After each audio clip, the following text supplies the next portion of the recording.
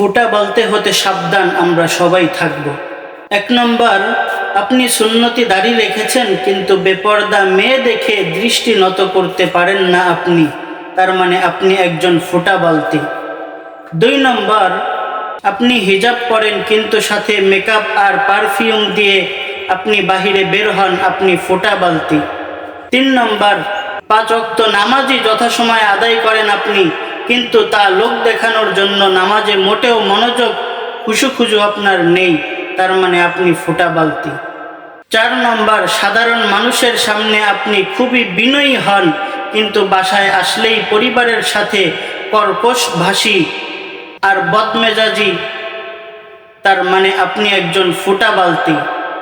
5 নম্বর, বাসায় মেহমান আসলে যত্নের সাথে মেহমানদারি করেন, কিন্তু তারা চলে গেলে তাদের খুঁটিনাটি দোষ ত্রুটির গীবত করা শুরু করেন, তার মানে আপনি একজন ফোঁটা বালতি।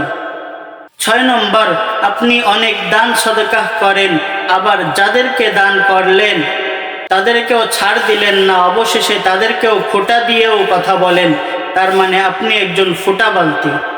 7 নম্বর, আপনি প্রতিদিন তাহাজ্জুদের নামাজ আদায় করেন, কোরআন তেলাওয়াত করেন, আত্মীয়তার সম্পর্ক ছিন্ন করে রেখেছেন, কিন্তু আপনার আত্মীয়তার সাথে ভালো সুসম্পর্ক নাই, তার মানে আপনি একজন ফোঁটা বালতি। 8 নম্বর, রোজা রেখে ক্ষুধা তৃষ্ণার কষ্ট সহ্য করেছেন, অথচ আপনি কাউকে গালি দেন, আপনি কাউকে উপহাস করেন, আপনি কাউকে অভিশাপ দেন, তার মানে আপনি একজন ফোঁটা বালতি। 9 নম্বর, আপনি মানুষের অনেক উপকার করেন, কিন্তু সেটা করেন মানুষের মধ্যে আপনার নাম কাম প্রচার হওয়ার জন্য, খাতির তৈরি হওয়ার জন্য, তার মানে আপনি একজন ফোঁটা বালতি। একমাত্র আমাদের সাথে যদি কারো সম্পর্ক তৈরি করতেই হয়, শুধুমাত্র আল্লাহ এবং আল্লাহর রাসূলের সন্তুষ্টির জন্য তাদেরকে ভালোবাসতে হবে, তাদেরকে মহব্বত করতে হবে।